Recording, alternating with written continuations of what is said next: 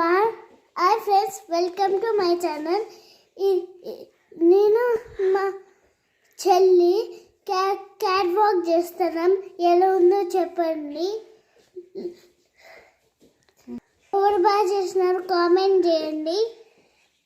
ఈ వీడియో నచ్చినట్టయితే లైక్ చేయండి, సబ్స్క్రైబ్ చేయండి, షేర్ చేయండి. Thank you for watching.